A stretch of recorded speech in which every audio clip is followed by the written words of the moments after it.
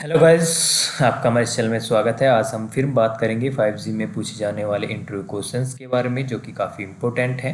ठीक है, इस तरीके की वीडियो के लिए आप इस चैनल से जुड़े रहिएगा। पास में दिए गए बेल आइकन पर क्लिक जरूर करें, जिससे नेक्स्ट रिलेटेड वीडियोज़ की नोटिफिकेशन आपको मिल सके। और चैनल को सब्सक्राइब करना बिल्कुल ना भूलें। अपने दोस्तों में, फ्रेंड सर्किल में ज़रूर शेयर करें।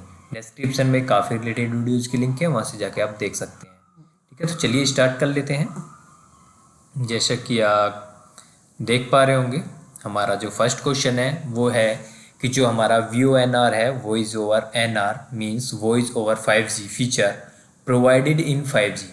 ठीक है, जो 5G में VoNR फीचर दिया गया है, यानी जो कॉल है हमारी वो 5G पर चलेगी, is similar to VoLTE in 4G। वो सिमिलर है यानी एक समान है 4G के या नहीं है। जैसे कि 4G में जो वॉइस ओवर एनआर चलती है वो 4G का कोर नेटवर्क यूज़ करती है, MS नेटवर्क यूज़ करती है, उसका ई नोड भी यूज़ करता है। उसी तरीके से 5G में कौन कौन से कंपोनेंट्स हैं, कौन से जो VoNR को सपोर्ट कर रहे हैं। ठीक है, देखिए VoNR सिमिलर है 4G के, जैसे 4G में वोल्टी है उसी तरीके से इन 5G VoNR में है क्या, जो आपका यूई होता है। ठीक है, यानी मोबाइल फ़ोन है वो camps on the 5G network. ठीक है, वो क्या होता है, सबसे पहले स्टैंड अलोन मोड में। ठीक है, क्योंकि स्टैंड अलोन मोड में ही आपकी वॉइस ओवर एनआर है। ठीक है, स्टैंड अलोन मोड में क्या है कि वो अपना खुद का कोर नेटवर्क यूज़ कर रहा है। ठीक है, जैसे 4G आपका अपने आप का खुद का कोर नेटवर्क यूज़ करता है, उसी तरीके से 5G स्टैंड अलोन मोड में खुद का कोर नेटवर्क यूज़ कर रहा है। ठीक है, you camp on the 5G network and both voice and data service. ठीक है, यानी वॉइस सर्विस भी और डेटा सर्विस भी किसके द्वारा प्रोवाइड करी जा रही है, 5G नेटवर्क के द्वारा। ठीक है, और क्या क्या यूज़ कर रहा है वो, जी नोड भी और 5G कोर नेटवर्क।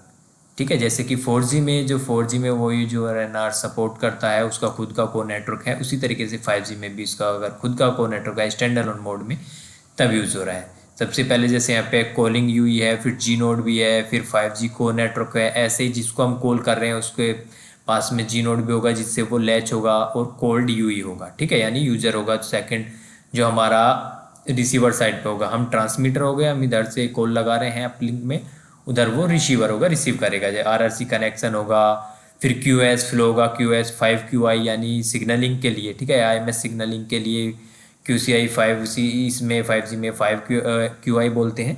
ठीक है, वो होगा। फिर DRB सेटअप होगा, किसके लिए, सिप के लिए। ठीक है, उसके बाद RRC कनेक्शन सेकंड साइड जो ट्रांसमीटर रिसीवर साइड पे होगा, फिर वही 5QI सेटअप होगा, DRB सेटअप होगा सिप के लिए, QS फ्लो होगा 5QI1। 5QI1 वॉइस के लिए यूज होता है। ठीक है, और DRB सेटअप होगा RTP एंड RTCP के लिए। ठीक है, राउंड देन क्या होगा, QS फ्लो। ठीक है, फिर अलर्टिंग होगी, फिर आंसर कॉल आंसर होगा, फिर वॉइस फ्रॉम फ्रेम ट्रांसफ़र होंगे, यूजर जिससे जो कॉल लगा रहा है उससे दूसरी तरफ, उस तरफ से इस तरफ। ठीक है, इस तरीके से। उसके बाद वो आपका जो 5QI होगा, जब आपकी कॉल यानी बातचीत ख़त्म हो जाती है, उसके बाद वो रिलीज़ हो जाएगा। जो DRB है, डेटा रेडियो बियरर है, वो क्या होगा, रिलीज़ हो जाएगा।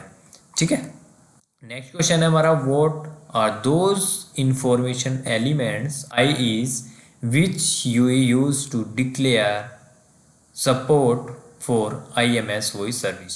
ठीक है, वो कौन कौन सी IEs हैं जो IMS वॉइस सपोर्ट्स के लिए यूज़ करता है। देखिए दो हैं, IMS voice over NR frequency range 1 release 15 frequency range 1 के लिए, और IMS voice over NR frequency range 2 release 15। ठीक है, ये आपको याद रखना है। What are those IEs which you use to declare supports for IMS voice service। ठीक है, third question, which RLC mode are used for SIP signaling DRB and voice traffic DRB। ठीक है, वो कौन से दो RLC मोड हैं, यहाँ पे आप देख सकते हैं RLC मोड्स हैं जो यूज़ किए जा रहे हैं सिप सिग्नलिंग DRB के लिए और वॉइस ट्रैफिक DRB के लिए। ठीक है, तो आपको पता है 5G में क्या है, जी नोड भी को सपोर्ट करना चाहिए RLC AM mode, RLC AM वो किसके लिए है, सिप सिग्नलिंग DRB के लिए, सिप सिग्नलिंग DRB के लिए, और दूसरा RLC UM mode for voice traffic DRB के लिए। ठीक है, RLC AM mode SIP signalling DRB के लिए और RLC UM mode for voice traffic DRB, ये आपको याद रखना है। नेक्स्ट क्वेश्चन है what is the entity which AMF यानी एक्सिस मैनेजमेंट फंक्शन, जो कि 5G में एक कंपोनेंट्स है, जैसे कि 4G में हमारा MME है, उसी तरीके से 5G में उसके रिप्लेसमेंट के पास ये आ गया है AMF। ठीक है, use to get support for IMS voice service. ठीक है, what is the entity which AMF use to get support for IMS voice service, वो कौन सी एंटिटी है 5G में जिसको यूज करके, यानी AMF जिसको यूज करता है IMS वॉइस सर्विस के लिए। तो आपको पता चल गया होगा, AMF entity supports UE capability request, UE capability request to get support for IMS voice service. ठीक है, इसको याद रखना है आपको, UE कैपेबिलिटी रिक्वेस्ट। ठीक है, G-Node भी takes care of UE capability inquiry and its response to UE। Next question पे चलते हैं, what protocol is used for registration with IMS in voice over NR process. ठीक है, और कौन सा प्रोटोकॉल है जो IMS रजिस्ट्रेशन के टाइम पे यूज होता है वॉइस ओवर NR के प्रोसेस में। ठीक है, using SIP protocol message UE completes registration with IMS, किस प्रोटोकॉल का यूज करके, सिप प्रोटोकॉल का यूज करके। नेक्स्ट क्वेश्चन है which measurement event UE will use to perform NSA cell addition, which measurement event UE will use to perform NSA cell addition, वो आप समझ सकते हैं, आंसर है B1 measurement. Most important question is do we have CBHO coverage based handover. ठीक है, CBHO means coverage based handover from 5G to 4G। ठीक है, क्या हमारे पास कवरेज बेस्ड हैंडओवर अभी भी काम कर रहा है 5G से 4G के लिए जैसा कि 4G में था? Yes, we have CBHO from 5G NR to 4G LT। ठीक है, देखिए when UE moves out of 5G coverage, suppose कीजिए आप 5G कवरेज में प्रेजेंट हैं, यानी 5G टावर से लैच हैं और आपका UE 5G कवरेज यानी 5G सिग्नल यूज़ कर रहा है, उसके बाद क्या होगा, इंटररेट हैंडओवर इज़ इनिशिएटेड। ठीक है, इंटररेट हैंडओवर इनिशिएट होगा जब आपका UE 5G कवरेज से 4G कवरेज की तरफ मूव करेगा, मीन्स आपका 5G कवरेज वहाँ पर नहीं रहेगा और 4G का कवरेज आपका रहेगा। तो उस टाइम पे क्या करेगा, internet handover is initiated and VoLTE is provided in the LT coverage.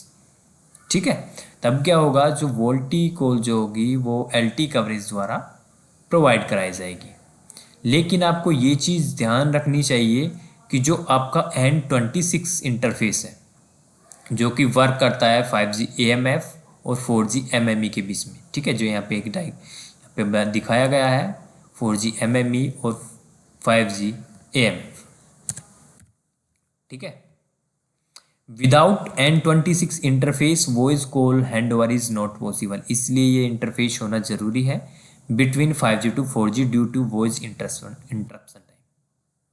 ठीक, ये चीज़ आपको ध्यान रखनी है। जब आपका UE 5G कवरेज से 4G कवरेज की तरफ मूव करता है तो इंटरनेट हैंडओवर के ज़रिए वोल्टी कॉल 4G कवरेज पर चली जाती है। ठीक है, next, do we have SRVCC in 5G, I mean can we handover call from 5G to circuit switch means 3G और 2G। ठीक है, इंपॉर्टेंट क्वेश्चन है, do we have SRVCC in 5G। SRVCC जैसे कि हमारा 4G में होता था, जो वोल्टी कॉल आपकी वोल्टी कॉल यानी पैकेट स्विच से आपका सर्किट स्विच 3G या 2G में आपका चला जाता था। ठीक है, तो आपने इवेंट्स भी देखे होंगे, उसे हम क्या बोलते थे, SRVCC, वोल्टी टू 2G या 3G। ठीक है, वो क्या कहलाता था, SRVCC। ऐसा 5G में नहीं है। ठीक है, as per release 15 there is no support for voice call continuity between 5G and 3G और 2G सर्किट स्विच। ठीक है, ऐसा 5G में नहीं है, SRVCC टाइप से कोई भी ऑप्शन, कोई भी फंक्शनिंग 5G में नहीं है। ठीक है, जैसा कि 4G में था। नेक्स्ट क्वेश्चन है, do we have fall back from 5G to 4G।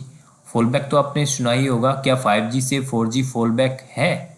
Yes, we have fallback from 5G to 4G. We can redirect call from 5G to 4G and this is called EPS fallback. ठीक है, types of EPS fallback आप यहाँ से पढ़ सकते हैं।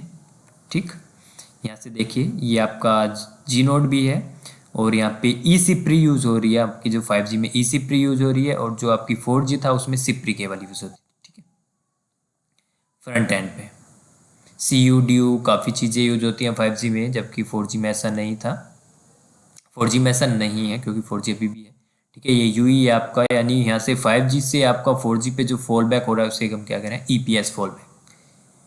ठीक है, देखिए यहाँ पे MME से जो AMF अभी इंटरफेस बताया था, MME से जो AMF कनेक्ट है वो via N26 इंटरफेस कनेक्टेड है। ठीक है, ये चीज़ आपको ध्यान रखनी है इस इंटरफेस के बारे में। नेक्स्ट क्वेश्चन है हमारा, इंपॉर्टेंट क्वेश्चन है जो अभी बताया भी था, what all are the information included in the secondary node addition request message. यानी जब आपको पहले 4G से यूई लैच है और 5G से लैच होना है, ठीक है, यानी सेकेंडरी नोड जिसे हम 5G मास्टर नोड जो होता है हमारा 4G है, सेकेंड नोड हमारा 5G है, उससे हमारा यूई लैच होना है तो उस मैसेज, एक मैसेज होता है सेकेंडरी नोड एडिशन रिक्वेस्ट। ठीक है, सेकेंडरी नोड एडिशन रिक्वेस्ट, उसमें आपकी जो ई नोड भी होता है वो जी नोड बी को क्या क्या इंफॉर्मेशन भेजता है वो आप देख सकते हैं। These the message carries the RRC and radio bearer configuration, ठीक, that is UE capability and security information। उसमें काफ़ी चीज़ होती है, ERAP पैरामीटर्स होते हैं, टनल एड्रेस होता है जैसे कि IP एड्रेस होगा, TEID होगा, UE सिक्योरिटी कैपेबिलिटीज़ होती हैं, SDN रैन नोड सिक्योरिटी की होती है, काफ़ी सारी इन्फॉर्मेशन होती है जो आपको दिखाया गया है। ठीक है, आपको कुछ याद रख लेनी है, ऐसा नहीं है सभी तुम बता पाओगे। अगर सारी चीज़ें याद कर लेते हैं तो कुछ ही हम उस टाइम पे बता पाते हैं जब कोई पूछ रहा होता है।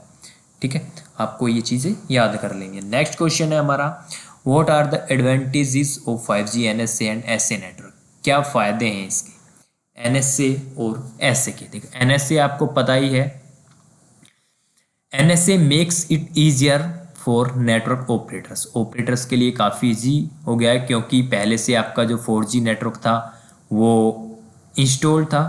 ठीक है, उसमें क्या हुआ है, 5G नेटवर्क को डिप्लॉय कर दिया गया है। ठीक है, वही आपका क्या हो गया, NSA mode, non stand alone. लेकिन आपका SA में क्या है, SA में कंप्लीट कोर आपका अलग से आया है। ठीक है, सारा स्ट्रक्चर इस आपका SA में अलग से है। ठीक है, उसमें क्या होता है, देखिए ऐसे stand alone has a 5G core which can deliver a super fast and flexible network and it has ultra low latency and then reducing operational cost. Okay, ये डिफरेंस आपको समझ में आ गया। ये थे मोस्ट इम्पोर्टेंट क्वेश्चंस। तो जुड़े रहिए इस चैनल से, आपको मिलते रहेंगे इंटरव्यू में पूछे जाने वाले क्वेश्चंस एंड आंसर्स। ठीक है, तो चलिए तब तक के लिए धन्यवाद।